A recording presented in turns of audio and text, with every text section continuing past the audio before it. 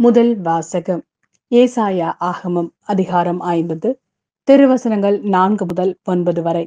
நலிந்தவனை நல்வாக்கால் ஊக்குவிக்கும் அறிவை நான் பெற்றிட ஆண்டவராகிய என் தலைவர் கற்றோனின் நாவை எனக்கு அளித்துள்ளார். காலைதோறும் அவர் என்னை தட்டி எழுப்புகின்றார்.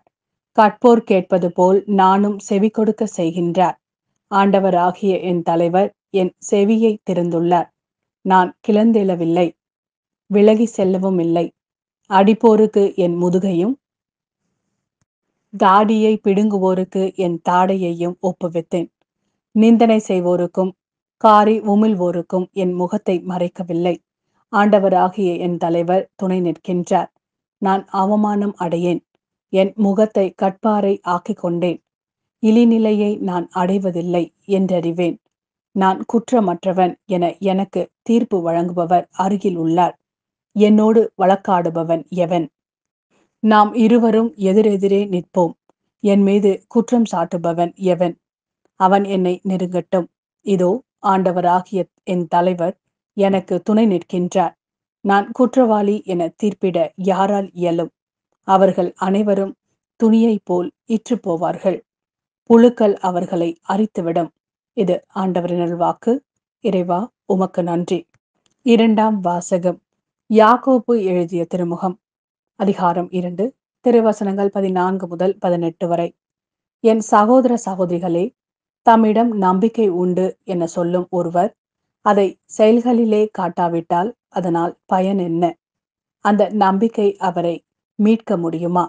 ஒரு சகோதரன் அல்லது ஒரு சகோதரி போதிய உடையும் அன்றாட உணவும் இல்லாதிருக்கும் போது அவர்கள் உடலுக்கு தேவையானவை எவற்றையும் கொடாமல் உங்களுள் ஒருவர் அவர்களை பார்த்து, நலமே சென்று வாருங்கள், குளிர் காய்ந்து கொள்ளுங்கள், பசியாற்றி கொள்ளுங்கள் என்பாரென்றால் அதனால் பயன் என்ன? அதை போலவே நம்பிக்கையும் செயல் வடிவம் பெறாவிட்டால் தன்னிலே உயிரற்றதாய் இருக்கும். ஆனால் ஒருவரிடம் நம்பிக்கை இருப்பது போல இன்னொருவரிடம் செயல்கள் இருக்கின்றன என யாராவது சொல்லலாம். அதற்கு என் பதில், செயல்கள் இன்றி எவ்வாறு நம்பிக்கை கொண்டிருக்க முடியும் என காட்டுங்கள். நானோ என் செயல்களின் அடிப்படையில் நான் கொண்டுள்ள நம்பிக்கையை உங்களுக்கு காட்டுகிறேன். இது ஆண்டவரின் அருள்வாக்கு.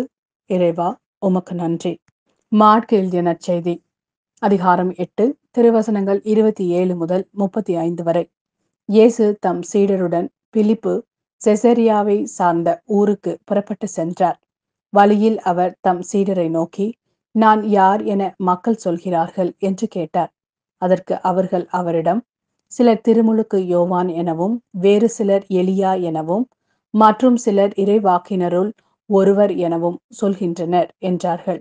ஆனால் நீங்கள் நான் யார் என சொல்கிறீர்கள் என்று அவர் அவர்களை கேட்க, பேதுரு மறுமொழியாக, நீர் மெசியா என்று உரைத்தார். தம்மை பற்றி எவரிடமும் சொல்ல வேண்டாம் என்று அவர்களிடம் அவர் கண்டிப்பாய் கூறினார். மானிட மகன் பலவாறு துன்பப்படவும், மூப்பர்கள், தலைமை குருக்கள், மறைநூல் அறிஞர்கள் ஆகியோரால் உதறி தள்ளப்பட்டு கொலை செய்யப்படவும், 3 நாள்களுக்கு பின் உயிர் தெழவும் வேண்டும் என்று இயேசு அவர்களுக்கு கற்பிக்க தொடங்கினார். இதையெல்லாம் அவர் வெளிப்படையாகவே சொன்னார். பேதுரு அவரை தனியே அழைத்து கடிந்து கொண்டார். ஆனால் இயேசு தம் சீடர்கள் பக்கம் திரும்பி பார்த்து பேதுருவிடம், என் கண்முன் நில்லாதே சாத்தானே, ஏனெனில் நீ கடவுளுக்கு ஏற்றவை பற்றி எண்ணாமல் மனிதருக்கு ஏற்றவை பற்றியே எண்ணுகிறாய் என்று கடிந்து கொண்டார். பின்பு அவர் மக்கள் கூட்டத்தையும் சீடரையும் தம்மிடம் வரவழைத்து, என்னை பின்பற்ற விரும்பும் எவரும் தன்னலம் துறந்து தம் சிலுவையை தூக்கி கொண்டு என்னை பின்பற்றட்டும். ஏனெனில் தம் உயிரை காத்துக்கொள்ள விரும்பும் எவரும் அதை இழந்து விடுவர். என் பொருட்டும் நற்செய்தியின் பொருட்டும் தம் உயிரை இழக்கும் எவரும் அதை காத்துக்கொள்வர்.